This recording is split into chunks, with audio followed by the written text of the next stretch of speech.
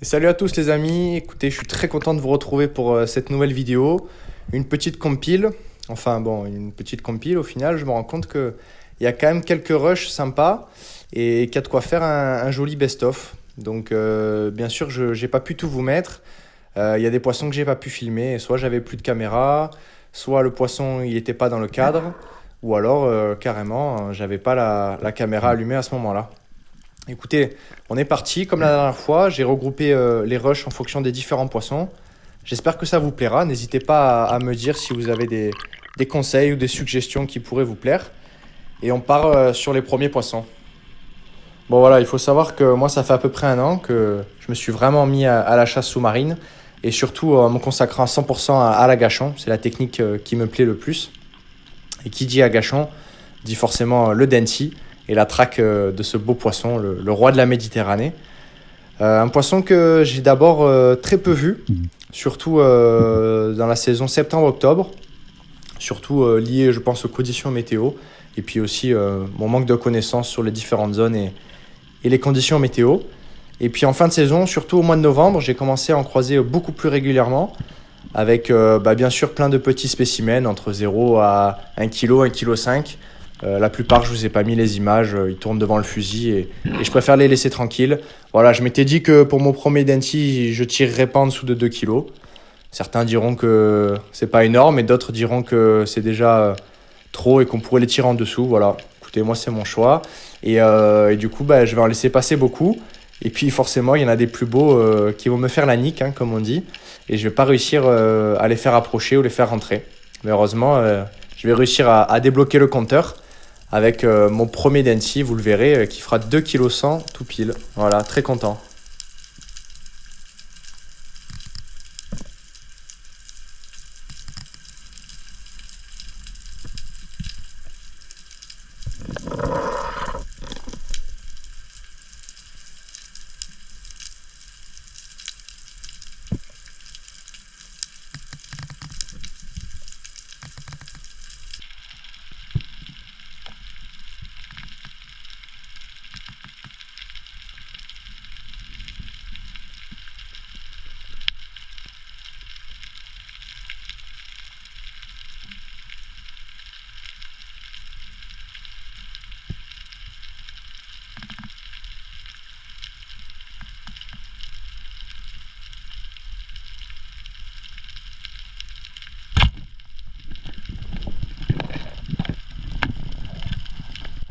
Et le voilà, hein, mon premier denti, un bel agachon où je les ai vus passer. Il y en avait un plus petit et celui-là.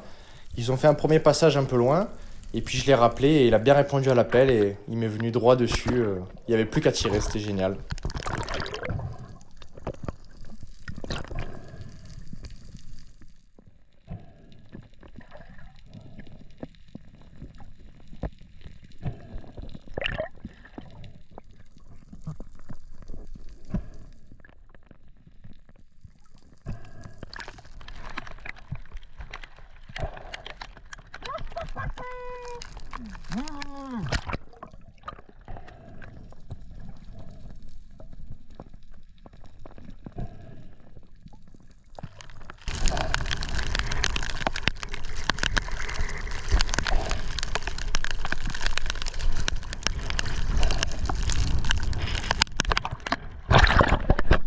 Allez, on continue avec les barracudas.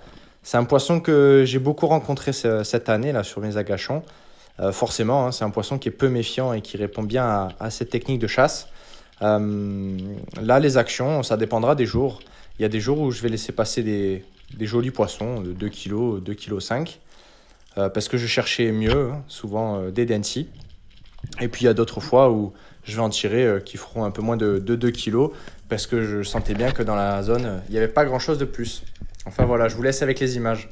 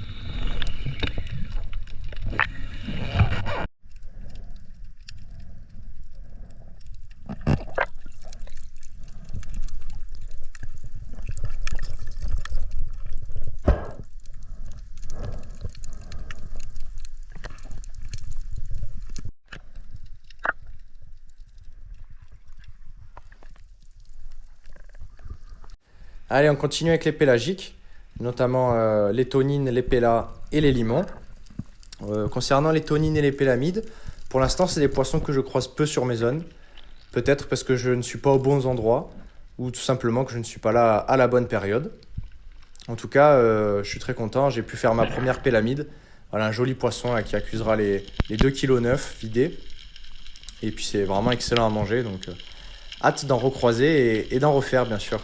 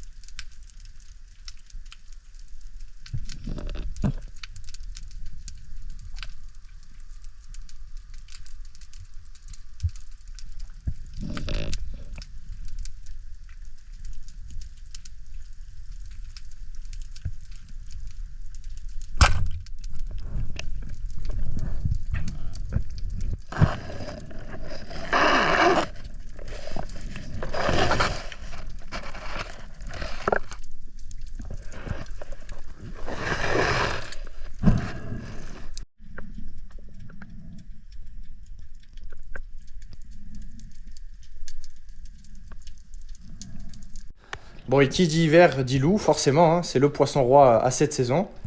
C'est un poisson que j'ai pu pêcher, mais pas à de nombreuses reprises. Mais ça s'explique tout simplement par le fait que, comme vous l'aurez compris, moi ce qui me plaît c'est la chasse sous-marine profonde, je dirais au-delà de 25 mètres.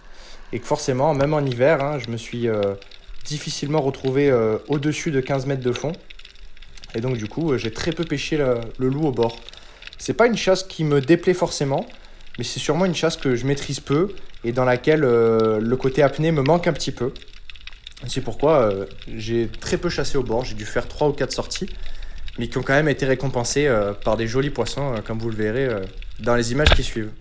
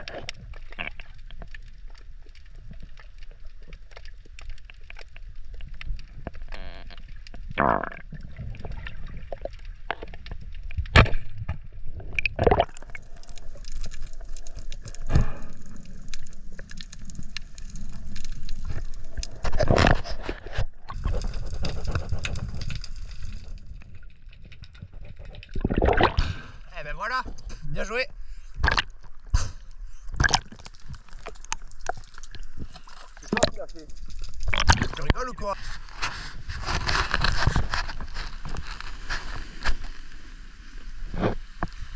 Allez les amis, on termine la compile avec quelques actions sur des sars. C'est des poissons que je tire quasiment plus. Tout simplement, comme je vous l'ai dit précédemment, hein, c'est des poissons qui m'intéressent moins puisque je cherche les prédateurs. Néanmoins, ça m'arrive de temps en temps de les tirer, hein. C'est le poisson un peu anti-brocouille. Et il y en a eu pas mal hein, cette année, des brocouilles, notamment à partir du mois de mars. Les thons qui sont rentrés en quantité assez importante sur les côtes, notamment au bord.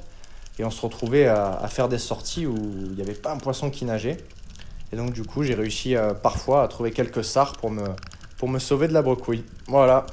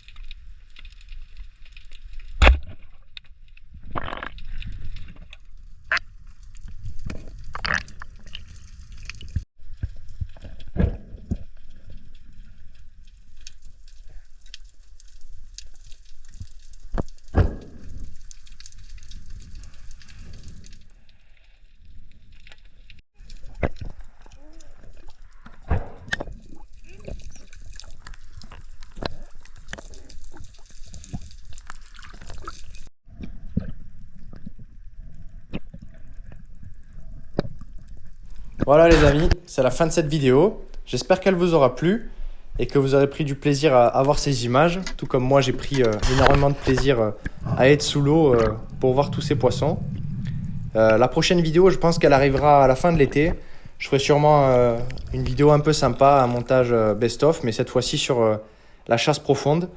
J'ai déjà quelques images au chaud là que je vous garde. Et puis bien sûr, on va essayer d'en faire des nouvelles cet été avec la belle saison qui commence. Allez, à bientôt!